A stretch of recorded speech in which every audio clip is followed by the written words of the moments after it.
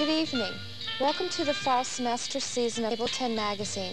I'm Sandy Soblofsky. And I'm Patty McBroom. On tonight's show, we'll take a pro-con look at the subject of pay-to-play. Hunting season is here, and Cable 10 has a few tips for hunters. Marie Bonds, our campus correspondent, will introduce Marie's Corner, a Cable 10 feature commentary. In the community, we will cover a few upcoming area events, so stay tuned for Cable 10 magazine.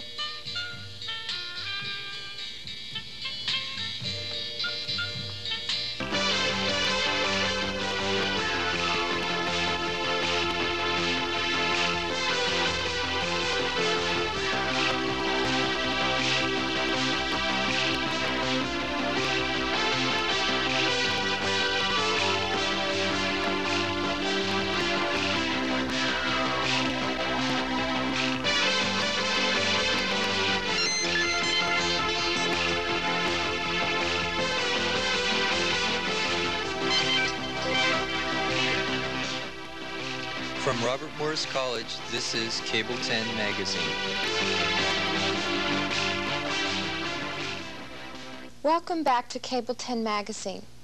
The Bethel Park School District has implemented a pay-to-play activity policy for the fall 1981 school term.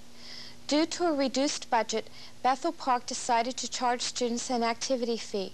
Depending on which activity they choose, students will be required to pay a certain amount of money.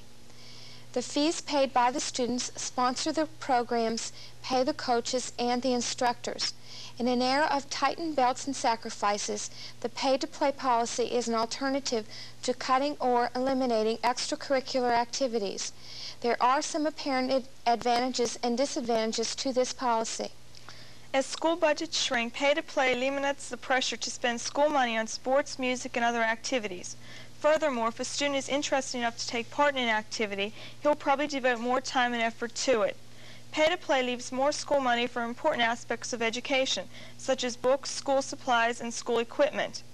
This money would benefit the total school population instead of just the students involved in the activities.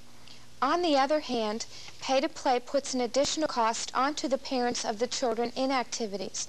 Parents already pay school taxes to benefit public education. Why should they pay again? The fee may seem small until a family has 2 or more children involved. Many times these children wish to take part in more than one activity. This can mean a large sum of money for the parents. In a small school district, pay-to-play would hurt students whose parents could not afford the activity fee. Talented athletes and musicians would suffer. It seems unfair to tack a monetary requirement onto a public education activity system. We at Cable 10 magazine do not advocate a particular opinion on the subject of pay-to-play. It is an alternative being considered by many area school districts. And now to Mark Richards, who has some tips for hunters. Thanks, Sandy.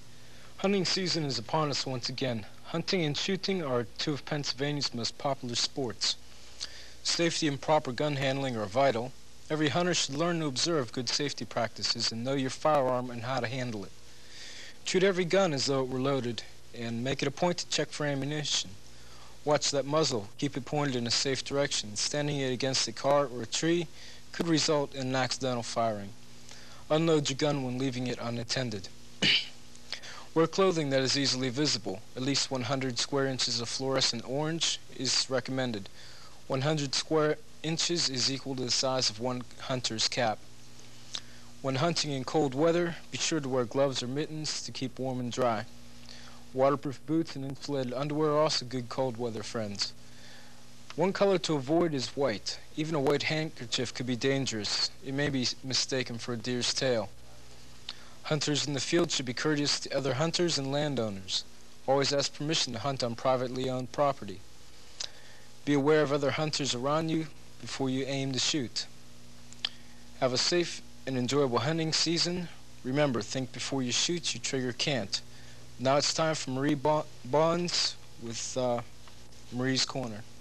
Good evening, ladies and gentlemen. Welcome to Marie's Corner, and I will be talking to you today about having parties on college campuses. Beer kegs, liquor spirits, dancing, and people having a good time. Do you think the administration staff would truly really mind? Mary Jane, hash for cash. people contribute to the party, everyone would think it's hearty, while the administration thinks it's naughty. So students, the next time you want to party and you think you're really going to get down, beware, because the administration can always be found somewhere standing around. They kick you off the campus grounds. Use your discretion. Don't get on probation. Back to you, Patty. Thank you, Marie. Now for a peek at some upcoming area events. Old Economy Village in Ambridge is sponsoring a 19th century Christmas. The event will be held December 18th and 19th. Advance tickets will be on sale soon after Thanksgiving.